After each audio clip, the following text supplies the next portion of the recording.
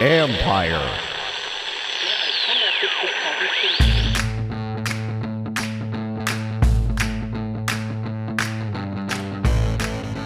Hello and welcome to my podcast. Do me a favor, subscribe to the John Keim Report wherever you get your podcast. And if you're following on YouTube, like button, subscribe button. If you want to find us there, go to Empire Media, AMPIRE. It would be much appreciated. Well, today it's Wednesday, August 17th, and here is your practice report. I'm going to get to a few topics. Antonio Gibson, Sam Cosmi at right guard. Yeah, and I'll tell you why.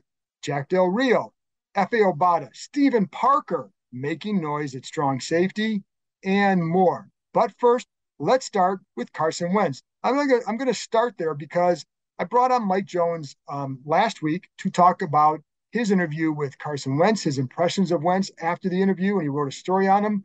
Well, I had a chance to sit down with Wentz the other day for an upcoming story on ESPN.com, and I'm just going to give you a couple of general impressions, and they kind of mirror what Mike Jones had to say. I think Washington, one of the things they're doing very well is allowing people to get a chance to know Wentz.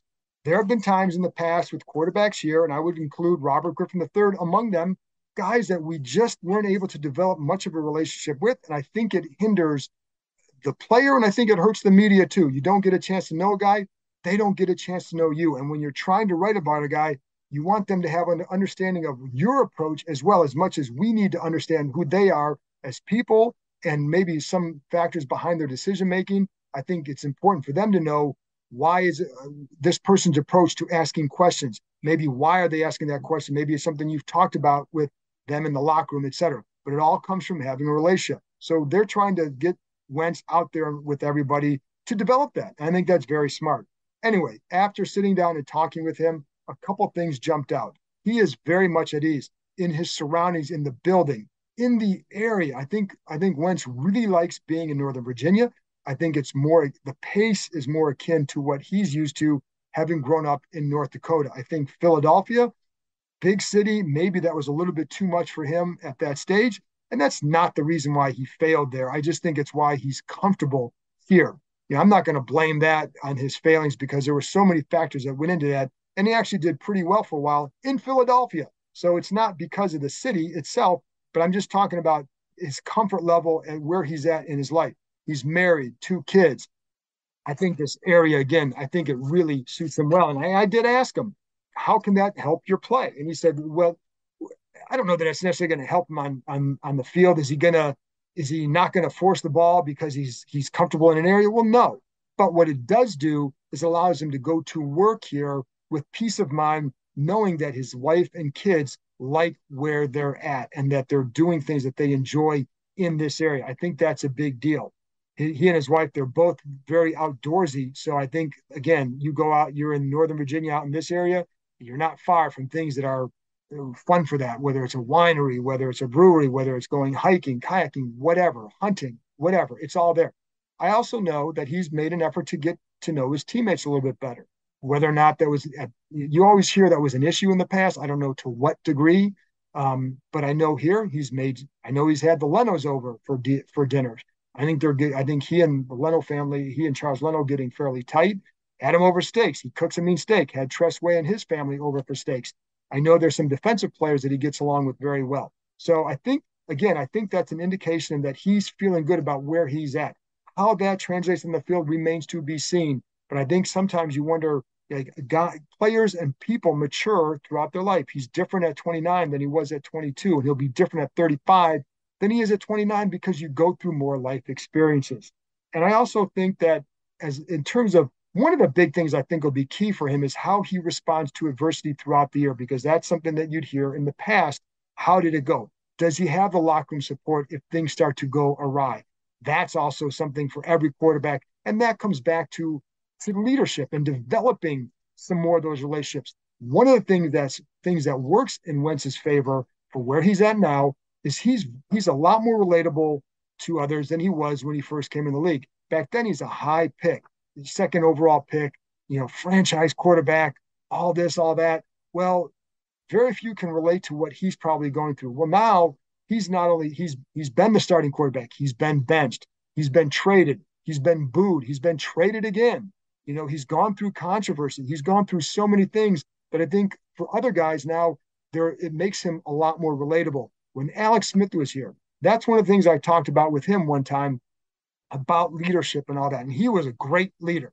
He would make a point to sit next to somebody different in team meetings every time to get to know people from different sides of the ball. I don't know that Wentz is doing that, but I do know there are some guys on both sides of the ball that he's gotten to know fairly well.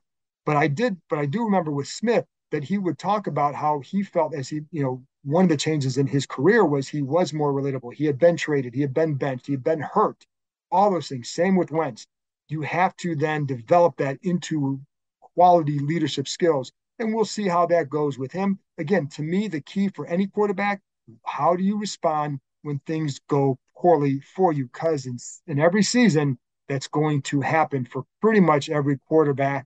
And so the way he responds will help define how he's viewed in that locker room. But like I said, the key thing for me when it came away from that is he is personable and he is very relaxed and at ease in this atmosphere in Northern Virginia and out here at the Commander's facility. Let's get to Antonio Gibson because he's been a big topic this week, as you know, the fumble. And then the last couple of days in practice on Monday and Tuesday was not working as much with the ones as he had been before the fumble. In fact, he also took some reps in special teams as in the slot protection, the wing back, protecting Tressway on the outside, obviously going down and covering punts, but it starts with protecting. And that's something that a backup running back typically does. That's what Brian Robinson had been learning. Gibson had not been working there in the past. But I do think it's important for you to know that because if it doesn't get better for him, he's going to have to do that. Brian Robinson would have more of the full-time role. Not there yet. I do think that Robinson got more work with the ones this week than he had previously, especially in some run situations. Today, Gibson got more work in the pass situations with the ones, so they still value him there. So they're not writing him off by any means. Don't push him out of town just yet. I don't think we've heard the last from Antonio Gibson because as someone here told me, he was having a really good camp. They were pleased with what they were seeing. He just needs to fix those issues in games. If he does, they're going to fall back in love with him really quick. Trust me, because they want him to succeed because he's got that explosiveness that Robinson doesn't have. Robinson offers more offers more consistency as an between the tackles runner, but they want Gibson to succeed because of that explosiveness, but he's got to fix it. And what they have now are options. And when you have options, you can send messages to people and feel that the message will probably be heard because if it's not heard, he's not going to get on the field as much as he wants to. Today, he was also taking some reps as a kick returner, just in some special teams drills. Again, another role that if you're not the primary back, that you're going to have to play because that third back is going to play special teams. J.D. McKissick is going to have his role, and it's going to be not expanded, but it'll be the same role he's had. And again, I told you the other day, they have options. If Gibson doesn't work out, you can either go to Brian Robinson in run situations, or you can spread the field and use J.D. McKissick back there. That's a definite option for them. But that's why Gibson has to learn some of these other special teams roles, and it's why they can send a message to him this year. Get it right, or we're going to look elsewhere. That's what they're telling him. But I will say, I stress, they like how he has responded this week, and that's a big key. Players are still supporting him, but the coaches like what they've seen this week. Another guy I want to talk about is Cam Sims. Had 2 catches today. Again, today was it wasn't a walkthrough, but it wasn't necessarily a full all-out practice. A lot of scout team work, whether it's for Jacksonville or Kansas City, they weren't saying, but there was scout team work. But Sims had a couple nice plays. I think one was on a post. I can't remember if it's a post or a dig, but I saw the end of the play where he's, good timing with Heineke, cuts across the middle, makes his cuts inside, able to go up. Nice timing on the throw. Good catch by Sims. Later, he has a highlight catch, and it was at the goal line in a hurry-up situation where it was not a scout team situation. It was full go. Yeah, it was full go. And then so in the right corner of the end zone, goes up high. Cornelder is right there. And you hear the defense players yelling for Elder because his coverage is tight. And I think they just assumed he was going to knock it away. He didn't. Sims held onto the ball, falls to the ground in the end zone, caps their hurry-up 2-minute drive with the touchdown. This is why Sims is always valuable here, because whenever they ask him to do something, he can go out and do it. It's his value, first and foremost, is really special teams, really good blocker, but special teams where he's a gunner. the other day in the game, one of the things I think you see the veteran savviness that he has, he lined up to far outside as a gunner. The two guys defending him thought he was going to take an outside release, so he stems that way. They both fall that way. He goes back inside and gets down there before them. And that's a tactic that when people watch film, now they have to be aware of that he might do that. So it gives him some other options down the road. But it's why that guy is always able to stick around, because he knows how to contribute when needed and also other roles that he can fill and fill them well. All right, let's get to Stephen Parker, because he's becoming an interesting story in camp, or an interesting person in camp to watch. He has wedged himself into that strong safety position race, and he's going to make it hard for them to get rid of him. And I think they're going to have a hard time getting rid of him based on the way he's looked. Plays fast, plays physical. And we saw that in the game the other day, made a couple nice sticks. Physical. And I said that already, but that's what he is. And then even in practice, one of the things they've liked is that they feel like he's been smart about how he plays in the practice field. Not necessarily in terms of where he is or anything like that, but in terms of you're going to go make a play and you have a chance to make a play, but you're going to pull up because you don't want to knock your teammate to the ground. That's something that coaches like in training camp, because they don't want to get guys hurt. But he's done that. So what the coaches see, he makes the right decision, he makes the right move, and then he backs off so he takes care of his teammate as well. That does resonate. That's one of the things that I think Ron Rivera was upset about in practice on Tuesday when he told you he talked to the team, yelled at the team for about 5-6 minutes afterwards. And he really wouldn't expand on why he was upset, but he kind of hinted at it today. He liked the tempo today. He liked the attitude. But what he didn't like yesterday, he said that there were a couple of times there were shots taken that he didn't like. We saw Sam Howell one time go to the ground, and there was another guy who went to the ground another time. He said if it's in a game, you could get penalized or certainly in trouble for something like that, and that could cost them a game. So he wants them to practice smarter, and that's one thing that he said that I know they like about Parker. So Parker's got a shot here. This is his sixth franchise in the last, I think it's 4 years in the NFL, 4 or 5 years in the NFL. Was with the Giants last year, trending well, and then he gets hurt. So guy to watch. Just see where he goes in the next couple preseason games. But he's got a shot.